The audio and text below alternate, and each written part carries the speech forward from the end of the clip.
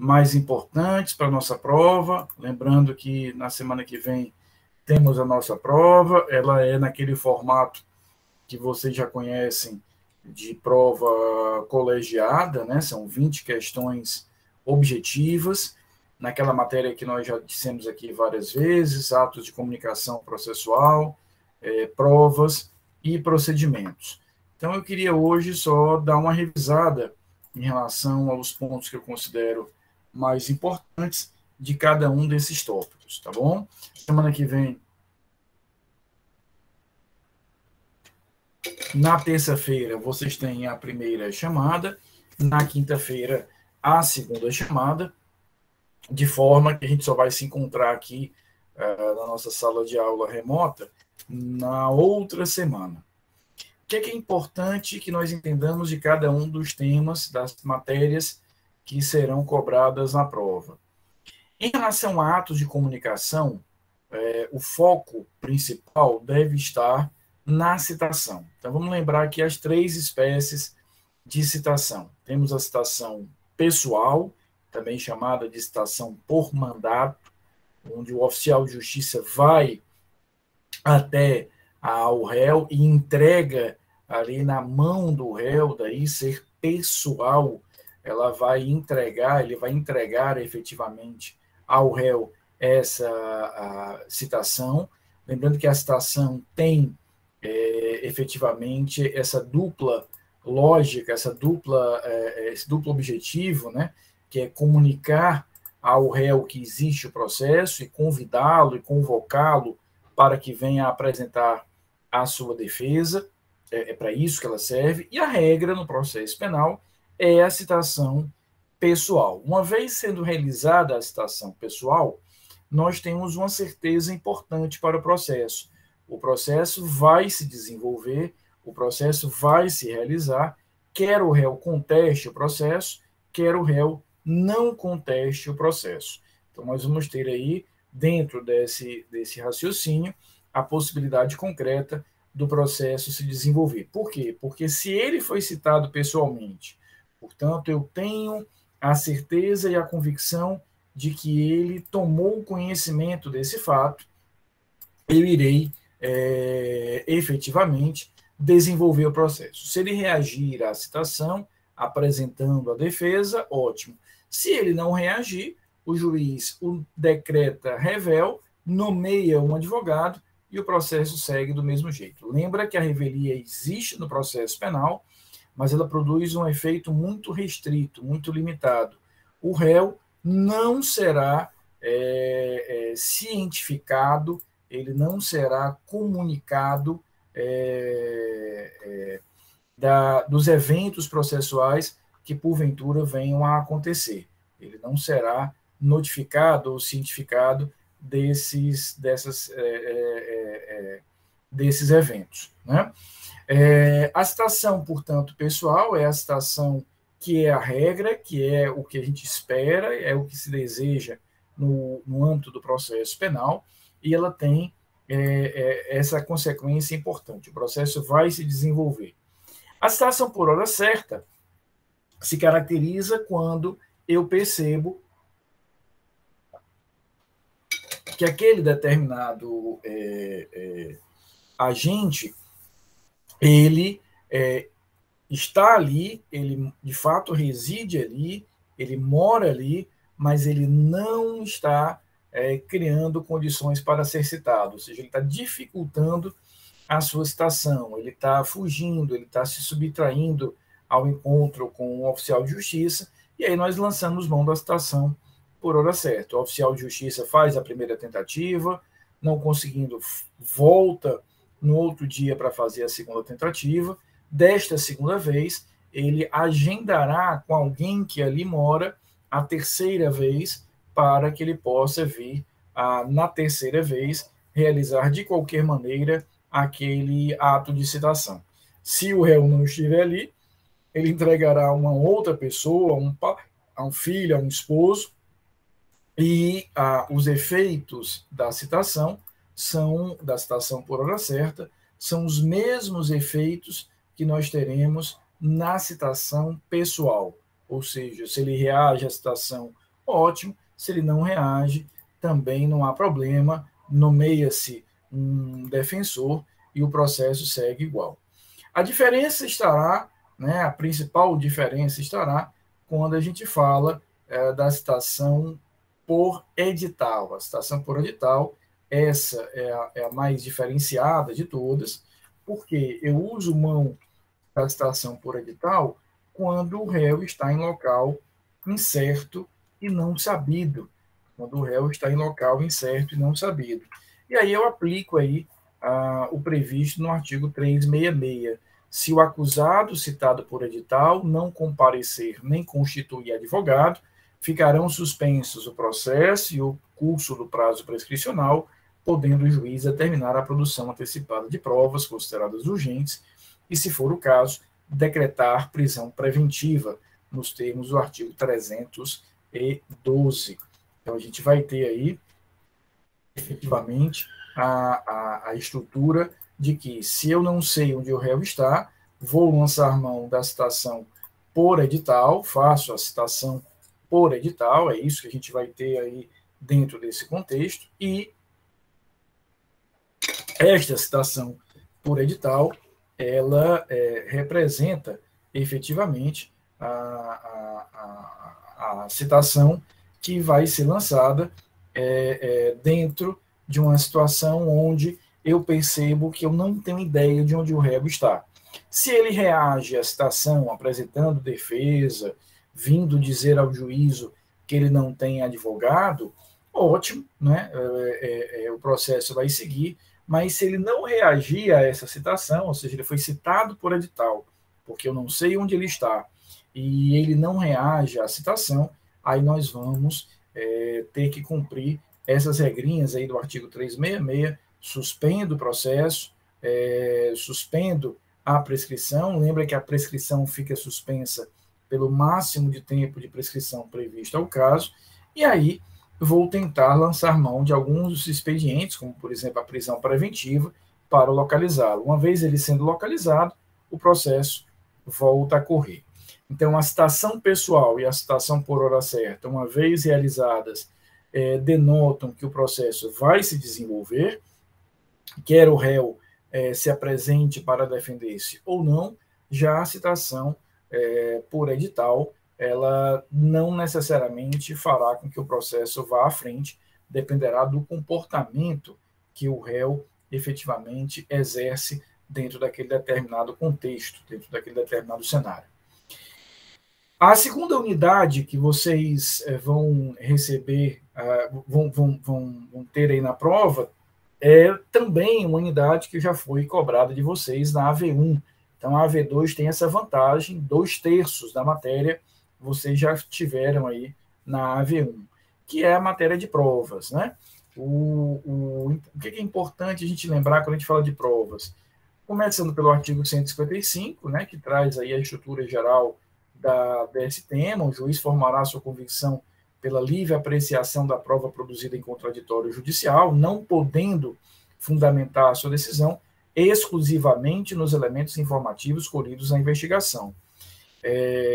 E muita atenção aqui ao artigo 156, como a gente viu em sala, ele expressamente prevê a possibilidade do juiz produzir prova de ofício, mas esse artigo 156 tem sido interpretado pelo Supremo Tribunal Federal e pelo STJ de uma forma muito restritiva. O Supremo e o STJ têm confirmado e reconfirmado uma jurisprudência no sentido de que a participação do juiz na produção de prova, de forma ativa, ele tomando a iniciativa, deve ser praticamente zero, para a gente não correr o risco de impactar na estrutura do processo, que é um processo essencialmente acusatório e não inquisitorial. Então, a gente tem que ter, está aí no código, haveria a possibilidade do juiz ter efetivamente essa estrutura. Então, na interpretação disso, o Supremo vai ser um pouco mais conservador dentro desse contexto, né? Então, a gente vai ter aí, efetivamente, uma estrutura mais conservadora em relação a isso. O Supremo dizendo que a iniciativa do juiz deve ser a mínima possível, devendo haver um protagonismo completo das partes, né?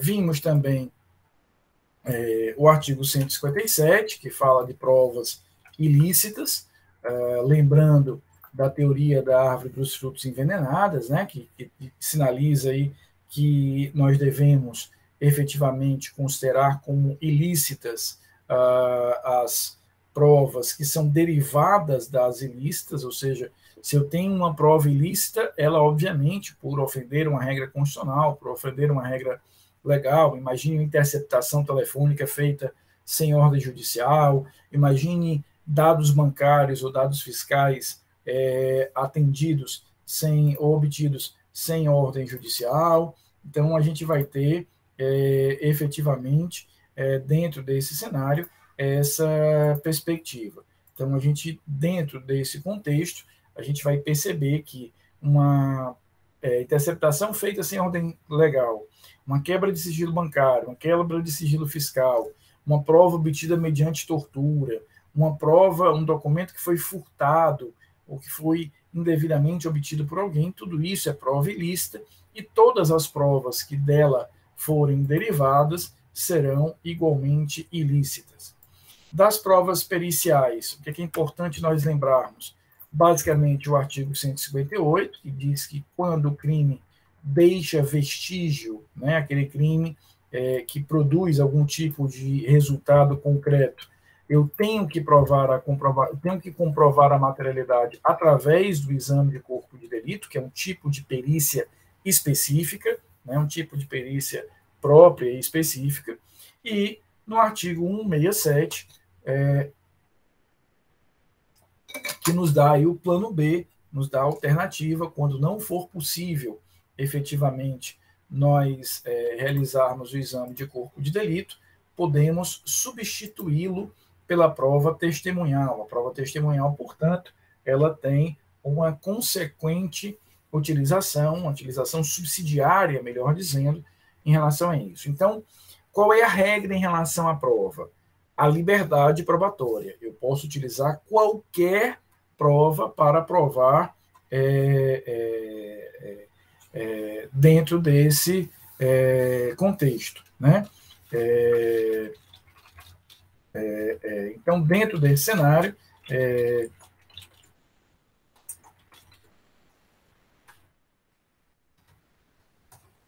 um minutinho, pessoal.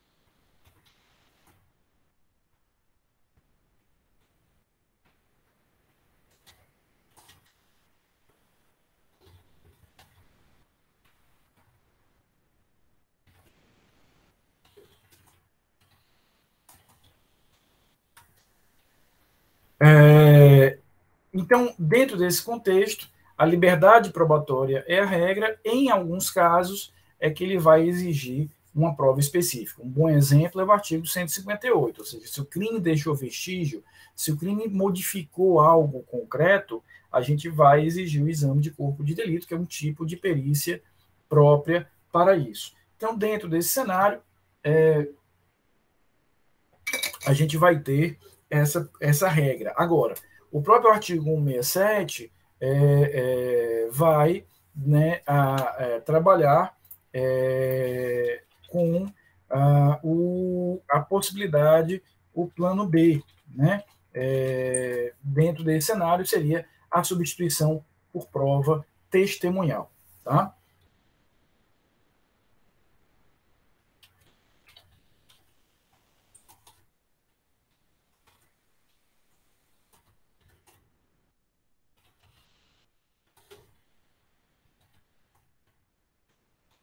Um minutinho, pessoal, por favor.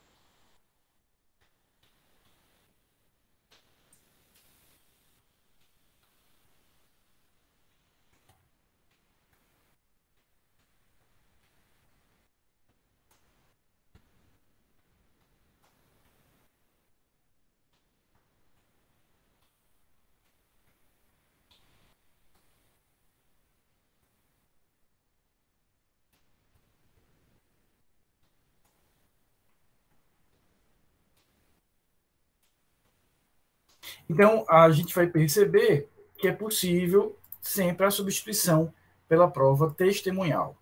Falando em prova testemunhal, o que é importante da gente revisar e relembrar aqui da prova testemunhal? A regrinha de que todo mundo pode ser testemunha, a gente parte desse pressuposto, lembrando que eu tenho dois tipos de testemunha, duas espécies de testemunha, segundo o código. As testemunhas compromissadas e as não compromissadas, e o código vai dizer o seguinte, olha, em regra, a gente vai fazer o compromisso, salvo naquelas hipóteses do artigo 208, ou seja, a regra é que a testemunha seja compromissada, tenha a obrigação de prestar o compromisso. Mas, diante desse contexto, é possível que ele seja dispensado nessas situações. Quais sejam? Eu tenho ali alguém menor de 14 anos, tenho alguém ali efetivamente que seja com possuidor ou detentor de algum tipo de enfermidade mental, e dentro dessa estrutura a gente vai ter também as pessoas referidas aí no artigo 206, que são parentes até terceiro grau do réu. Então, em regra, a obrigatoriedade, né, de prestação do compromisso, em algumas situações isso pode não existir. Vimos também, né, a prova de busca e apreensão, lembrando que a busca e apreensão se divide em domiciliar e pessoal, e que a domiciliar exige ordem judicial, já a pessoal não.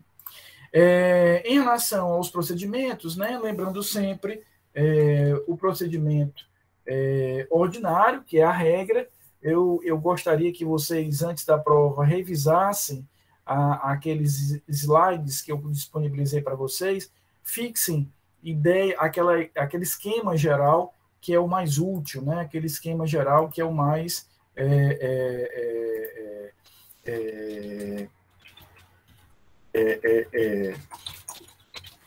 completo para que a gente possa visualizar os procedimentos. O que é importante de cada um deles? O procedimento ordinário é a regra, né? O procedimento ordinário é a regra, a gente vai utilizá-lo em mais de uma situação. O procedimento do júri é aquele dividido em duas fases, lembrando que no final da primeira fase a gente vai trazer dentro desse cenário